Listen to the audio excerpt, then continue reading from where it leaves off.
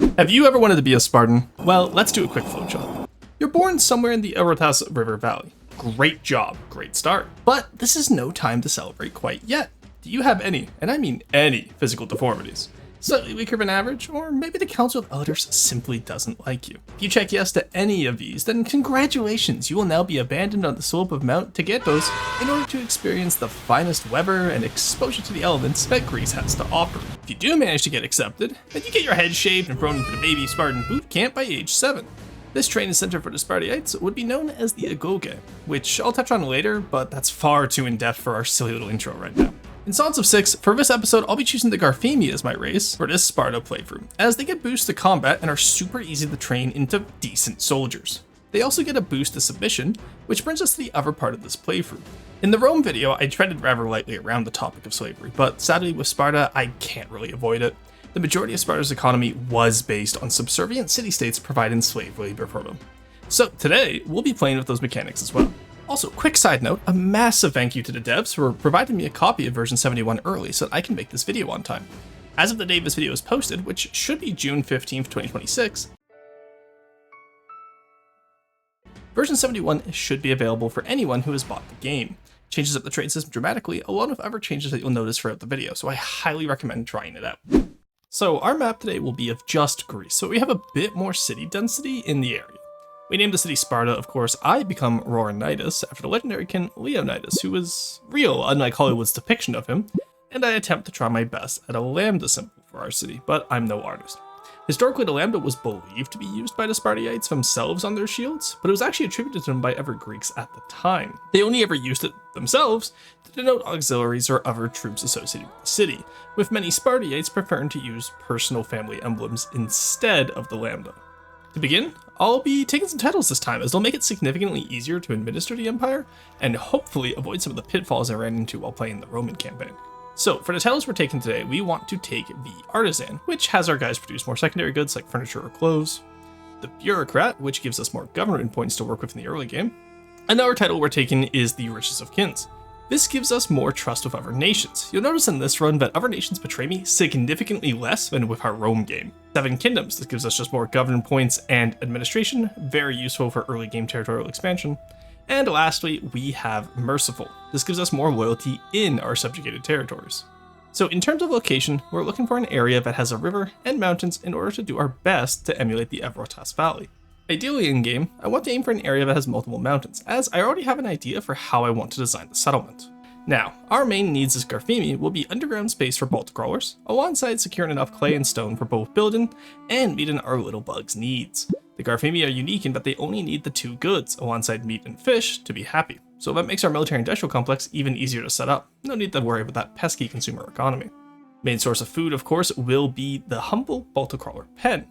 In-universe, they're massive larval creatures that the Garfemi raise for meat, but obviously the Spartans didn't have these available to them, so let's just pretend the bolted crawlers become Melazomos substitute, and that our Spartan bugs are particularly austere. If you don't know what that is, go watch Max Miller's video on it, he can explain it far better than I can. Aside from that, we do the usual hunter, carpenter, and all the luxuries for our little bugs. I'll mention that the Garfemi are incredibly easy to play compared to the humans from the Rome video, so don't expect as much tension in the early game that we had in that one. All they really need is meat, stone, and clay, and they're happy in their hive. With the essentials out of the way now, we can talk about how the Spartans organized Sparta, as I built the rest of the village up. One thing you'll notice with this playthrough compared to my Roman one, again, will actually be the lack of urban planning, as Sparta notably didn't really have any, being a collection of villages instead of a fully designated city like Athens or Corinth. Taking inspiration from writings about the Spartans, we'll also not be building any city walls, as our men will be our walls. But we can make it a bit easier for them at least.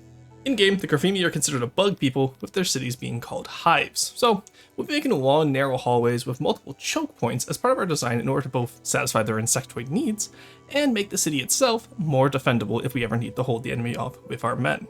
This design also lets me really branch away from the square and rectangular shaping that the Rome video had, and while it's a lot more difficult to be space efficient, it's very fun to build up like this. You'll see in the time lapse as we build more stuff. As previously mentioned, Sparta historically was not actually a city, but made up of 5 villages in the Eurotas Valley. These villages, Limne, Bethane, Messoa, Kynosyra, and Amyclae, all served a purpose in ancient Sparta, and I intend to replicate these villages on our own map today. Let's start with Limne. which was the eastern settlement close to the Avertas River.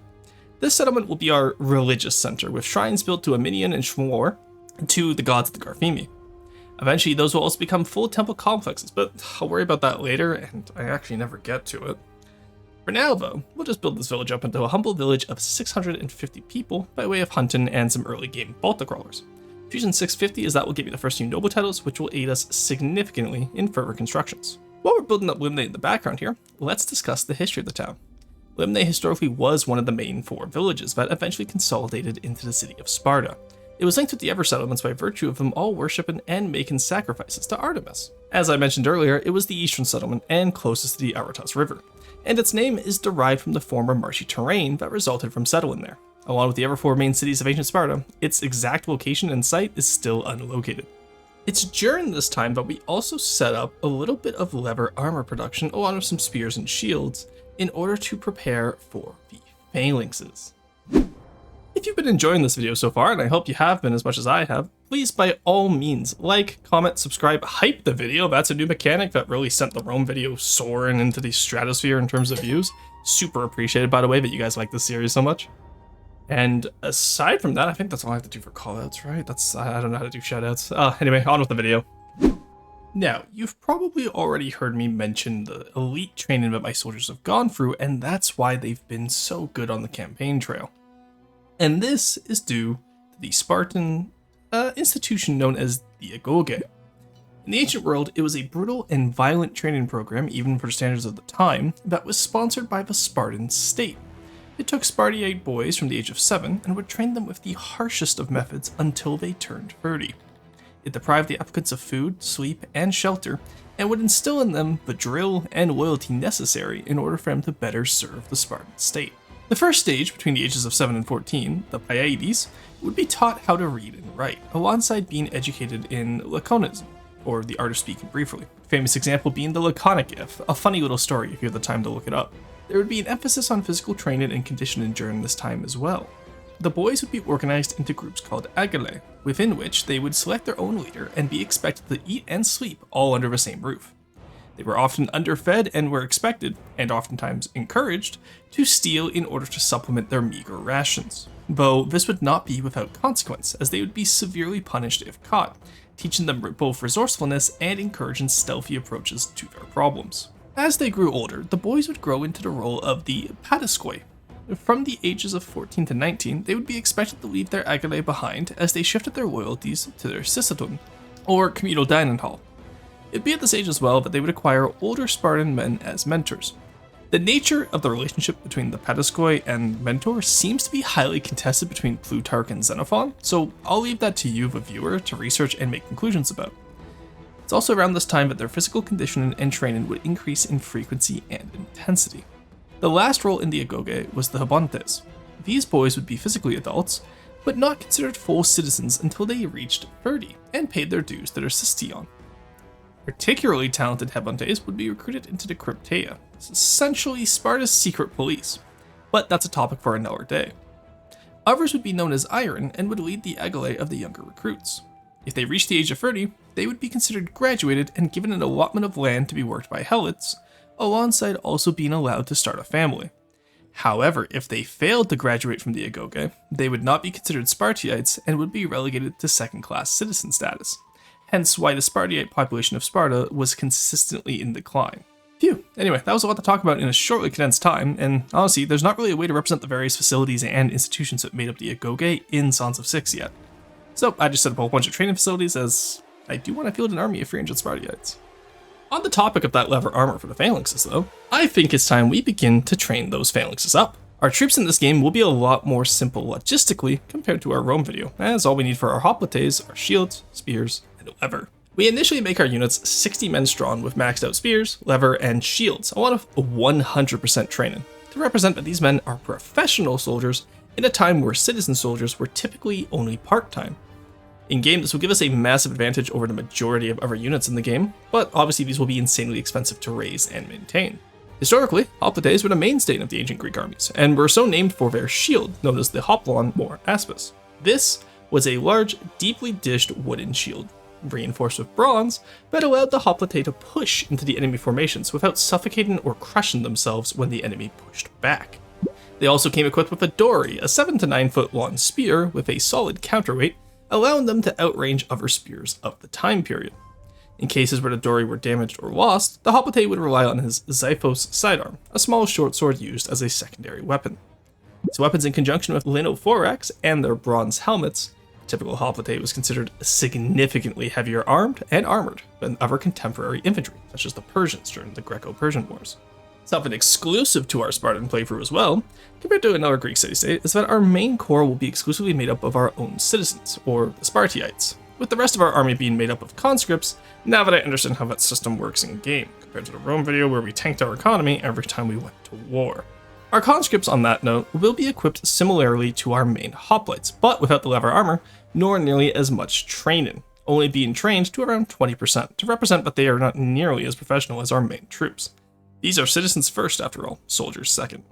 Historically, non-citizen soldiers in the Spartan army would have been either from allied city-states, as the ancient Greeks loved their leagues and alliances, or they were perioikoi. I hope I said that correctly, perioikoi. Try saying that 10 times fast, that's always fun. These men would be free men from other territories or cities outside of Sparta, and will make up the bulk of our forces today.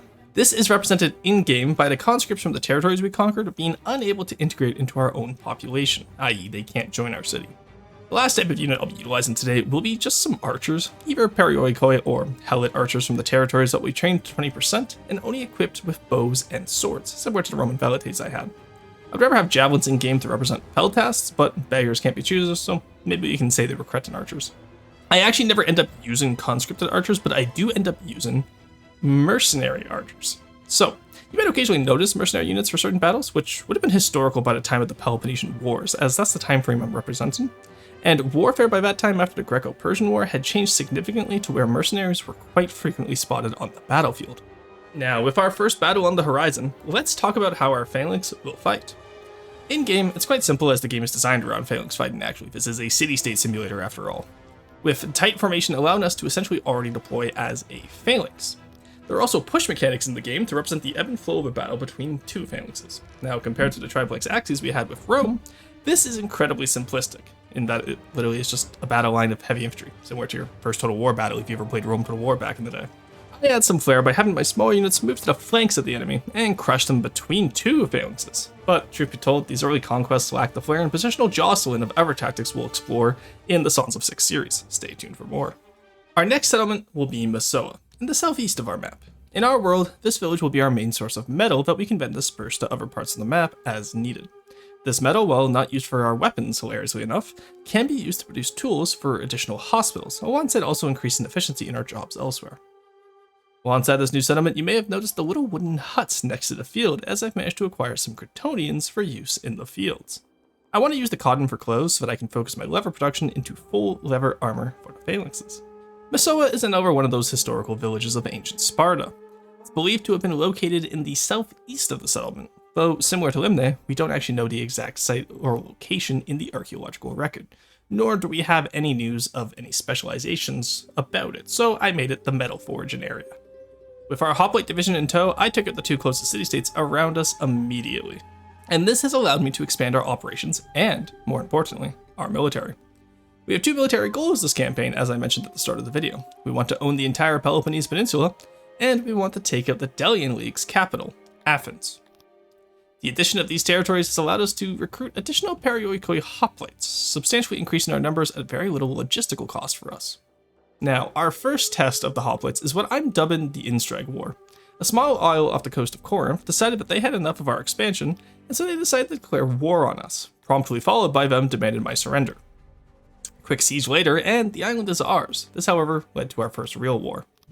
Surrounding us on all sides was this world's version of Messina, a fertile land with abundant population and agriculture that could completely support our burgeoning military ambitions if we could only take them out. We declare war while at a significant material disadvantage, but I assure my men that their training will win us the day. We make our way towards their capital at the Isle of Kythera and completely ransack the place. Their army, despite outnumbering us, does not move to intercept, and so we stay to build up and refresh our troops.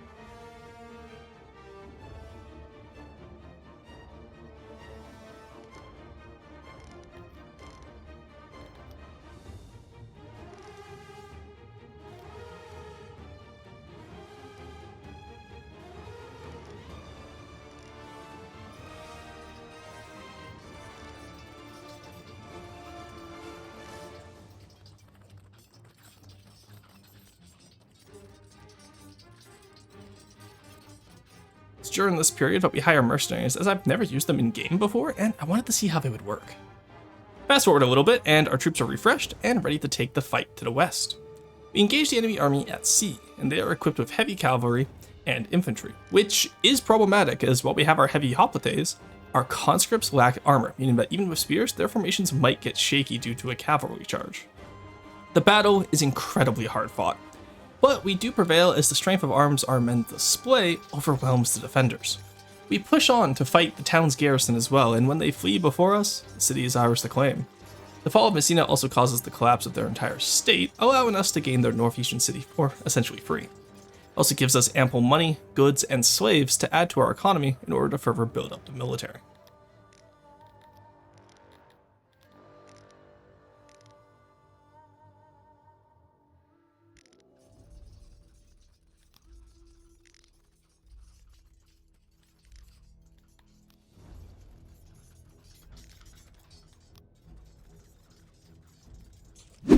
Coming back to Sparta herself as we build up the capital needed to improve the territories, we commence excavations in order to build up the southwestern village of Kyocera.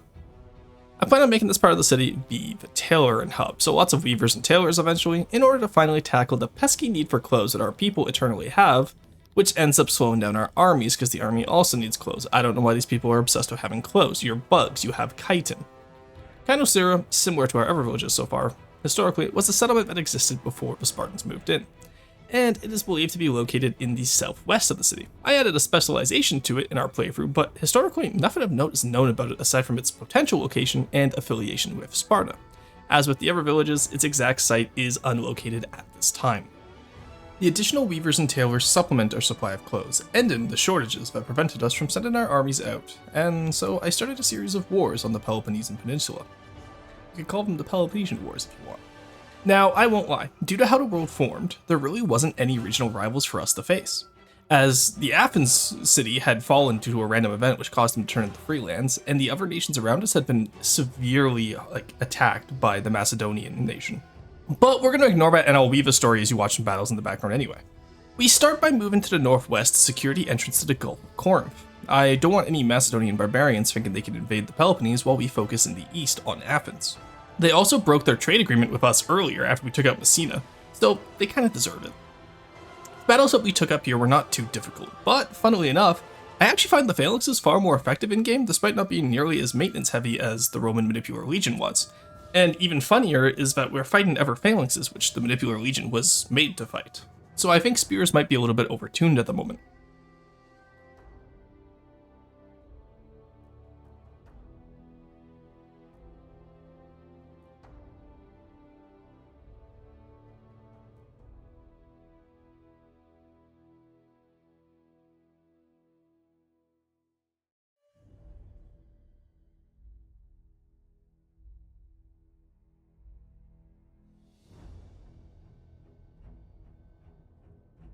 As we mop up the northwest of the peninsula, we move on to Corinth herself. This is probably the toughest fight we have of the campaign, and even then this is still remarkably easy, as our Phalanxes easily smash through theirs.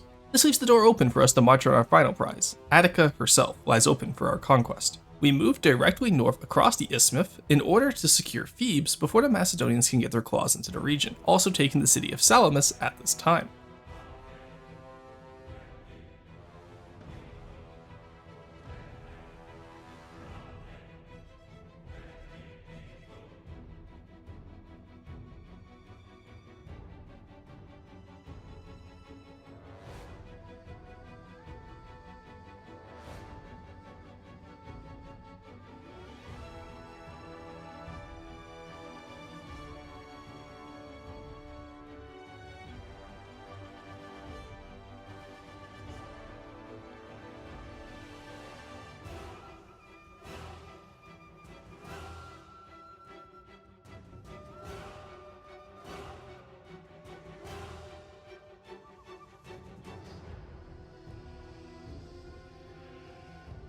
This leaves the route to Athens open for us directly. Historically, Thebes would have actually been the city-state that would stop the Spartans, but we can ignore that in this timeline for convenience sake, as I really don't want to have to LARP both winning against Athens and then losing against Thebes. It's just a lot of work. So we proceed to march on Athens, and we burn it to the ground to finish out the campaign. There really isn't much else to it. I wish we had more of a Peloponnesian War, but I don't want to have to replay the entire campaign for what will be just a marginally harder fight, because I'm not going to lie, 100% trading on spears and shields, you just kind of win. Like, the swordsman had, like, maybe it was the training level, but the swordsman had it so much harder. It's very strange to me. But yeah, there won't be much fanfare for this, as the entire game I did feel incredibly overpowered without much the opponents could do but send more numbers, and even then the numbers didn't help them. While our troops finish occupying the territories, I'll lay out the foundations for the last village we'll be building, Spartan. I was going to intend this last village as a gem mining village, but the run actually didn't last long enough to profit from it, as I was going to use it to trade with the Cretans in order to earn money to finance the wars against Athens, but as you can see, Athens is already a ruin. And with the save file corrupted and having already lost a bunch of footage, I just want to get this video done, I'm not going to lie. So that's going to be all for today. So there we have it. I'll admit the Sparta run was significantly shorter and easier than the Roman one, so I might try to think outside the box for the next run. On that topic, do let me know which civilization from antiquity you want to see next, and maybe I'll make a video on it. I'll have a poll up in a post after this video goes live, deciding between the next 4 races in the game, and then I'll decide which nation we play for those races. So you guys can pick the race, I'll pick the historical civilization, I guess, and we'll have fun that way. There's plenty of variety that we can still study, and as always, leave a like, subscribe, and I will see you in the next one. Bye-bye.